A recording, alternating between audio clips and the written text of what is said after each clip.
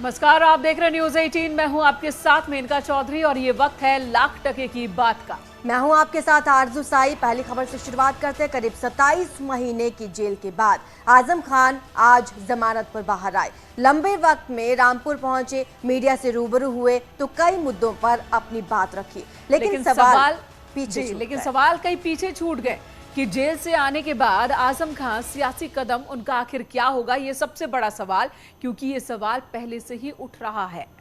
और आज जब आजम मीडिया से रूबरू हुए तो इशारों में कह दिया कि मेरी तबाही में अपनों का हाथ है। मेरी तबाहियों में मेरा अपना हाथ है। हम पर मुकदमे कायम कराने वाले लोगों में कौन लोग हैं? सबसे पहले 8 मुकदमे हम पर कायम हुए। पार्टी के नेताओं के, अपने सियासी आकाओं के जूते इसलिए सीधे नहीं किए थे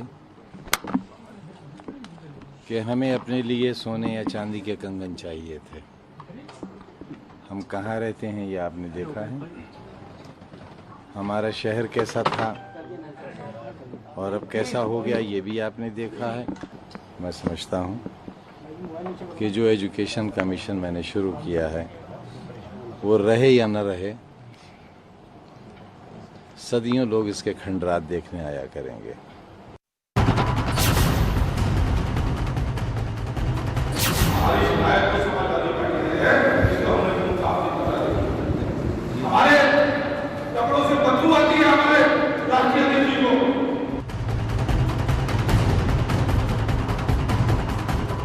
आजम खान के मीडिया प्रभारी फसाहत अली के बयान से जो सवाल उठे हैं, 22 अप्रैल को जेल में शिवपाल यादव से मुलाकात के बाद जो बयान निकले थे, तो ये बात समाजवादी पार्टी के लोगों को रखना चाहिए था। इतना सीनियर, इतने फाउंडर मेंबर होते हुए भी आज हम भाई की मदद नहीं हो पा रही है। 24 अप्रैल को जेल पहुंचे समाजवादी पार्टी नेता रविदास मेहरोत्रा से दूरी। भारतीय जनता पार्टी की सरकार लगातार सपा के विधायक हैं, नेता हैं, उन पर जुल्म, अत्याचार और अन्याय करने का काम कर रही है। और फिर 25 अप्रैल को कांग्रेस प्रमोद कृष्णम से मुलाकात, मतलब तस्वीरों की एक सीरीज जिनने तमाम सवालों को आसमान से टांग दिया। और फिर अब्दुल्ला आजम के ट्विटर हैंडल पर 1 मई और 3 मई के ये ट्वीट जिन्होंने चस्पा कर दिया कि आजम अखिलेश से नाराज हैं। रिहा हुए आजम नई राह बनाएंगे। ये सवाल इसलिए क्योंकि अखिलेश यादव पर आरोप अब भी लग रहे हैं कि अखिलेश यादव ने आजम खान का साथ नहीं दिया। समाजवादी पार्टी के अध्यक्ष अखिलेश यादव ने बिल्कुल अकेला छोड़ दिया। आखिर क्या वजह है कि आजम खान साहब का अखिलेश यादव जी ने साथ क्यों नहीं दिया? आजम से मिलेंगे अखिलेश। आजम की रिहाई के बाद कई सवाल एक साथ उठ रहे हैं, क्योंकि करीब 27 महीने जेल में रहे लेकिन अखिलेश यादव कभी मिलने नहीं पहुंचे। हालांकि उन्होंने ये जरूर कहा कि वो रिहा होने पर मिलने जाएंगे, लेकिन रिहा होने पर जहां शिवपाल यादव आजम से मिलने पहुंचे, लेकिन अखिलेश यादव ने ट्वीट कर औपचारिकता पूरी कर दी। अखिलेश यादव ने लिखा, एसपी के वरिष्ठ नेता और विधायक आजम खान के जमानत पर रिहा होने पर उनका हार्दिक स्वागत है। जमानत के इस फैसले से सर्वोच्च न्यायालय ने न्याय को नए मानक दिए हैं। पूरा एतबार है कि वो अन्य सभी झूठे मामलों और मुकदमे में बाइज्जत बरी होंगे। झूठ के लम्हे होते हैं, सदियां नहीं। अखिलेश यादव के स्टैंड पर भी सवाल उठ रहे हैं, तो समाजवादी पार्टी के नेता बताने में जुटे हैं कि दोनों नेताओं के बीच कोई नाराजगी नहीं है, जल्द ही मुलाकात भी होगी। नहीं, समाजवादी पार्टी के बहुत सारे लोग वहाँ पे गए थे, जो लोकल वहाँ पर एमएलए थे वो गए थे। अंशु मलिक जो विधायक हैं वो वहाँ पर गए थे। आजम खान रामपुर से विधायक हैं और विधायक चुने जाने के बाद उन्होंने पद की शपथ नहीं ली है। माना जा रहा है कि वो 23 मई से शुरू होने वाले सत्र के दौरान शपथ लेंगे। खबरों के मुताबिक विधानसभा में आजम की कुर्सी अखिलेश यादव के पास ही लगाई गई है, जिसे समाजवादी पार्टी जोर शोर से प्रचारित कर रही है। Bureau report.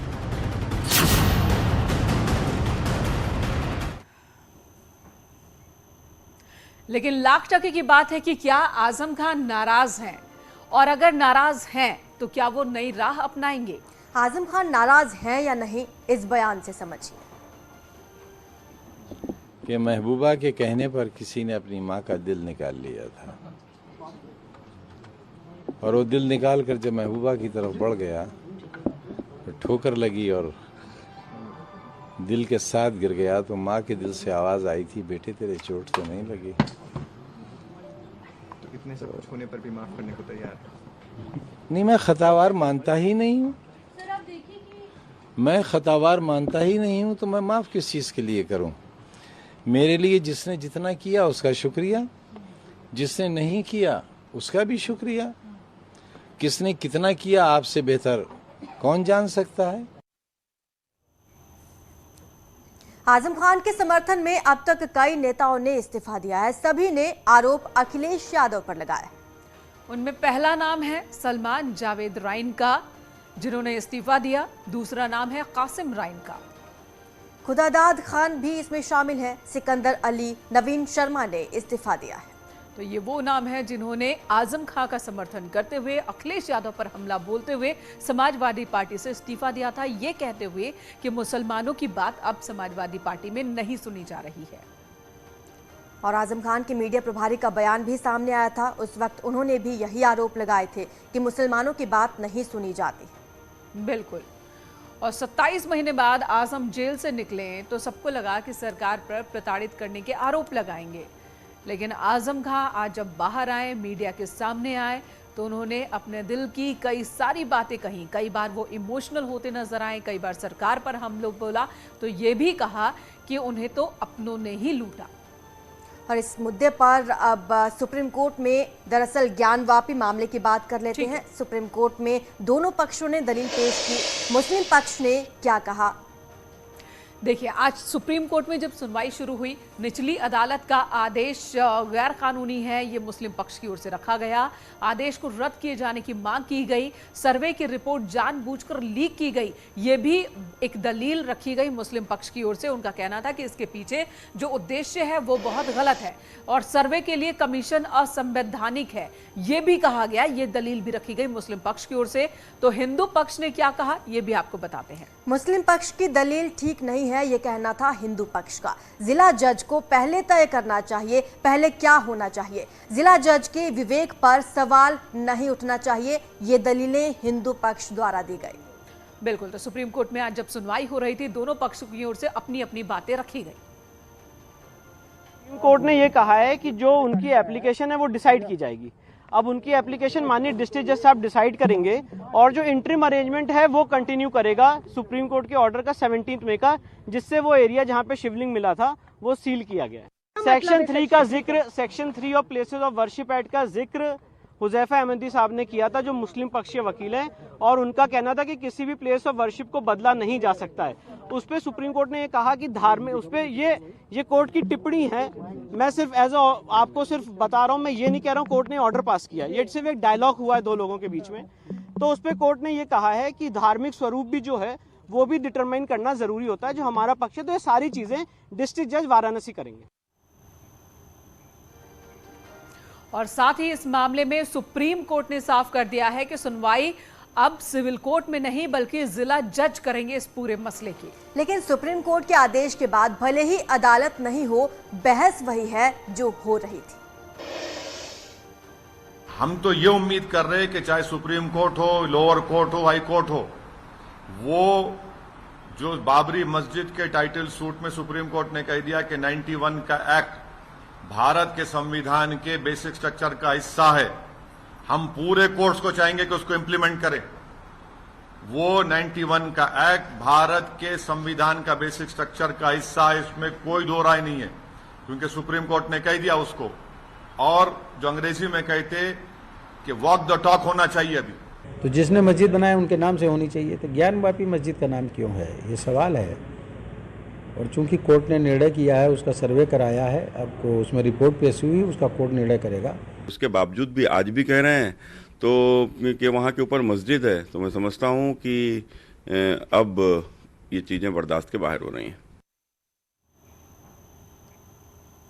तो जयपुर में जारी बीजेपी कार्यकारिणी की बैठक को संबोधित करते हुए पीएम ने वंशवाद पर हमला बोला। पीएम मोदी ने कहा, आजादी के बाद से ही वंशवाद और परिवारवाद ने देश का कितना भयंकर नुकसान किया है। परिवारवादी पार्टियों ने देश में भ्रष्टाचार को, धांधली को, भाई भतीजावाद को बढ़ावा दिया है और इसी को आधार बनाकर देश का बहुत ही मूल्यवान वक्त बर्बाद किया है, ये प्रधानमंत्री ने कहा। पीएम मोदी ने साफ कहा कि पार्टी में उन्हें शामिल किया जाए जिनका परिवार राजनीति में नहीं है।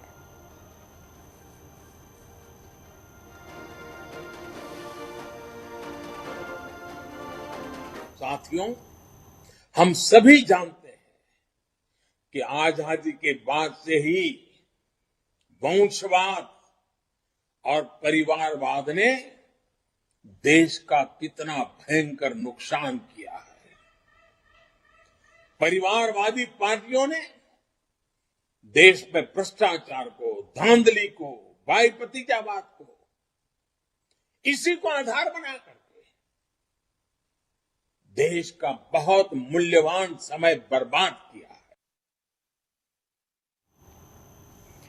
और अब बात एमएनएस अध्यक्ष राज ठाकरे की करते हैं, जो फिलहाल अयोध्या नहीं आने वाले हैं। राज ठाकरे ने ट्वीट कर अपने कार्यक्रम को पोस्टपोन करने की जिम्मेदारी दी। उससे पहले डिजिटल विधानसभा की बात कर लेते हैं। हमारे पीछे भी ये तस्वीरें चल रही हैं, ये विधानसभा की तस्वीर है, यूपी की विधानसभा है, जिसे देखकर आज विपक्ष ने भी कह दिया कि पहली नजर में लगा कि ये किसी आईटी कंपनी की तस्वीर है।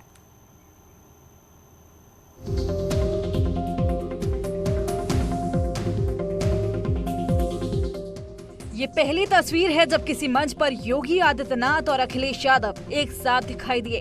मौका था डिजिटल विधानसभा के ट्रेनिंग सेशन का। दरअसल उत्तर प्रदेश विधानसभा को पूरी तरह से पेपरलेस कर दिया गया है, जिसके लिए खास तौर पर विधायकों को ट्रेनिंग देने के लिए लोकसभा स्पीकर ओम बिरला आज लखनऊ पहुंचे। इस दौरान लोकसभा अध्यक्ष ओम बिरला ने कहा, उत्तर प्रदेश विधानसभा के गौरवशाली इतिहास का जिक्र किया। उत्तर प्रदेश की विधानसभा, जो शायद विश्व की सबसे बड़ी राज्य की विधानसभा होगी, इस विधानसभा के अंदर निश्चित रूप से यहाँ के नेताओं ने, यहां से निकले हमारे प्रधानमंत्रियों ने इस देश का गौरव सम्मान बढ़ाया है। विधानसभा में सदस्यों की सीट के आगे टैबलेट लगाए गए हैं, जिस पर अखिलेश यादव ने अपने संबोधन में कहा, उत्तर प्रदेश विधानसभा की तस्वीर बिल्कुल बदल गई है। सकेंगे और मुझे खुशी है कि सरकार इस तरफ ध्यान दे रही है कि जो आईटी का जितना भी इस्तेमाल करेंगे उतना ही ट्रांसपेरेंसी बढ़ेगी। इस मौके पर मुख्यमंत्री योगी आदित्यनाथ ने भी कार्यक्रम को संबोधित किया। विश्वास व्यक्त करते हैं कि विधानसभा की कार्रवाई को इस सकारात्मक भाव के साथ आगे बढ़ाने के लिए और इस तकनीक का अधिकाधिक उपयोग करते हुए हम उत्तर प्रदेश की 25 करोड़ जनता के हितों के संवर्धन के लिए सभी लोग मिलकर के कार्य कर पाएंगे। बता दें कि 23 मई से विधानसभा का सत्र शुरू हो रहा है, जिसके लिए सभी तैयारियां पूरी कर ली गई हैं। Bureau report. और यहाँ पर रुकेंगे एक छोटे से ब्रेक के लिए, तुरंत लौटेंगे। ब्रेक के बाद आपका स्वागत है। बात कर लेते हैं मंच अध्यक्ष राज ठाकरे की। अब 5 जून को वो अयोध्या नहीं आएंगे। राज ठाकरे ने ट्वीट के जरिए ये जानकारी दी है। और इस जानकारी के सामने आने के बाद बीजेपी सांसद बृजभूषण शरण सिंह ने कहा कि उन्होंने एक मौका गंवा दिया, उन्हें आना चाहिए था, उत्तर भारत के लोगों से माफी मांगनी चाहिए थी।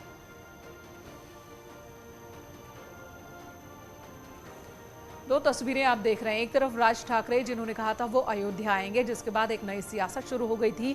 बीजेपी के सांसद बृजभूषण ने कहा था कि अगर वो अयोध्या आना चाहते हैं तो पहले उत्तर भारतीयों से माफी मांगे। 2008 में जिस तरह से महाराष्ट्र में उत्तर भारतीयों को दौड़ा दौड़ा कर मारा गया था, उत्तर भारतीयों के खिलाफ एक तरह से मूवमेंट की शुरुआत कर दी थी राज ठाकरे ने, अपमानित किया था, इसलिए उन्हें माफी मांगनी चाहिए। इसी बीच राज ठाकरे ने अब अपना अयोध्या दौरा टाल दिया है। राज ठाकरे बहुत दुर्भाग्यशाली व्यक्ति है, उसका दुर्भाग्य पीछा नहीं छोड़ा। एक ऐसा अवसर था उसके पास, मैं तो कहूँगा किस अवसर से वो फिर चूक गया। अगर वो हमारे संतों से माफ़ी मांग लेता, योगी जी से माफ़ी मांग लेता, मोदी जी से माफ़ी मांग लेता, तो उत्तर प्रदेश या उत्तर भारत बड़ा महान लोग हैं यहाँ के, तो इनका गुस्सा कम हो जाता। माफी ना मांग करके उसने घाव को ताजा कर दिया। फिर माफी ना मांग करके उसने घाव को फिर हरा कर दिया, और इसलिए मैंने तय। इधर डिप्टी सीएम ब्रजेश पाठक चिकित्सा सेवाओं को बेहतर बनाने के लिए लगातार किसी न किसी एक्शन में जुटे हुए हैं। इसी के तहत आज डिप्टी सीएम लखनऊ में दवा गोदाम पर छापा मारने पहुंचे तो बड़ा खुलासा हुआ। छापेमारी में 16 करोड़ 40 लाख की एक्सपायर्ड दवाएं मिली हैं। करोड़ों की ये दवाएं गोदाम में एक्सपायर हो गई, लेकिन मरीजों तक पहुंची नहीं। मेडिकल कॉर्पोरेशन ने दवाएं अस्पताल तक नहीं भेजी। डिप्टी सीएम ने इस मामले के दस्तावेज जब्त कर लिए। साथ ही 3 दिन में जांच रिपोर्ट तलब की है। डिप्टी सीएम ने कहा, जनता के पैसे की एक एक पाई की वसूली की जाएगी।